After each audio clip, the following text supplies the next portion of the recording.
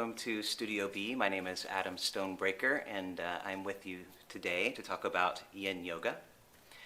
So what is Yin Yoga? Really, to understand what Yin Yoga is, it might be good to understand what the concept of Yin and Yang are first. Yin and Yang, you may have heard of before, comes out of ancient Chinese philosophy, a philosophy called Taoism, which is an indigenous philosophy to China. And Yin and Yang are attempts to describe how energy manifests, sometimes called qi.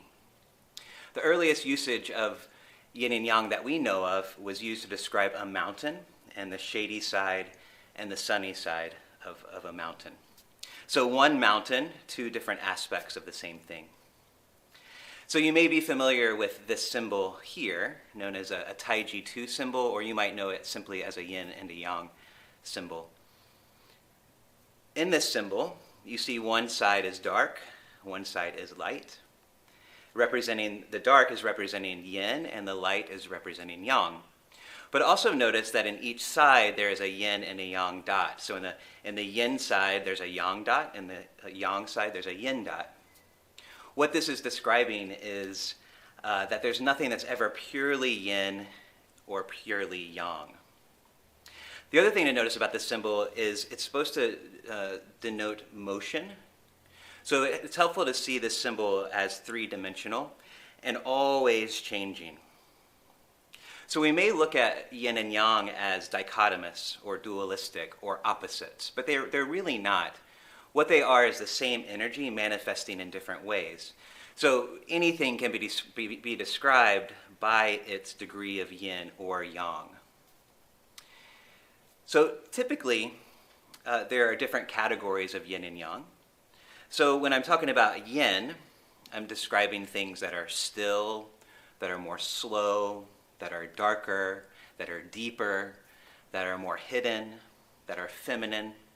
And then when I'm talking about Yang, I'm describing things that are more about motion, more about brightness, activity, creativity, the masculine. Now, everything has a degree of both. Yeah? So, Yin and Yang are descriptive terms for energy, but they're always used relationally, and they're always used in context. So one thing can be Yin in one context and Yang in another context. So if I'm talking about something like my body, this human body right here that I'm in, if I'm thinking of depth in my body, and if surface is Yang and deep is Yin, and I was comparing my skin to my heart, I could say that my skin would be Yang to my heart, because my skin is on the surface, my heart is deeper into my body. My heart is Yin to my skin, which is more Yang and superficial. But if I was talking about movement, then my heart would be Yang to my skin, because my heart is constantly moving, always beating. My skin moves, but not very much. So in the context of movement, my heart is Yang to my skin. And then in the context of depth, my skin is Yang to my heart. So there's no concretized version of Yin and Yang. It's always about context. It's always about, they're always used relationally. So when we're speaking of yoga, or the human body in general, the human body consists of Yin and Yang tissues. So a Yang tissue would be something that's more superficial, that's more movement-oriented. A Yin tissue would be something that's more dense and deeper in the body. So in terms of yoga, again, we would use Yin movement for Yin tissues and Yang movement for Yang tissues. So if I want to juice up the body, these Yang tissues, these really fluid tissues like muscle, I would do things that are rhythmic, more active, that really get my heat up to strengthen those tissues. But if I want to get to my Yin tissues, the deeper tissues of the body, say something like the hips, where the tissues are bigger and thicker and more dense, I use Yin style activation, which would be slow, gradual, we'd hold it for longer periods of time, because yin tissue requires yin activity, yang tissue requires yang activity. Most injury happens when we put yang activity on yin tissue or yin activity on to yang tissue.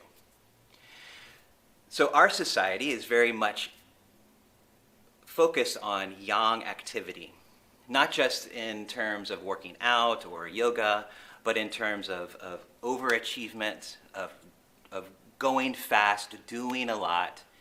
And so when we do too much yang, we get burnt out. And so in terms of Chinese philosophy or Chinese health, balance equates with health. And so we need a good mix of yin and yang activity. So because we live in a very yang society, most of us probably need to insert more yin activity into our day-to-day, such as meditation, slow breathing, yin yoga practice, and things like this.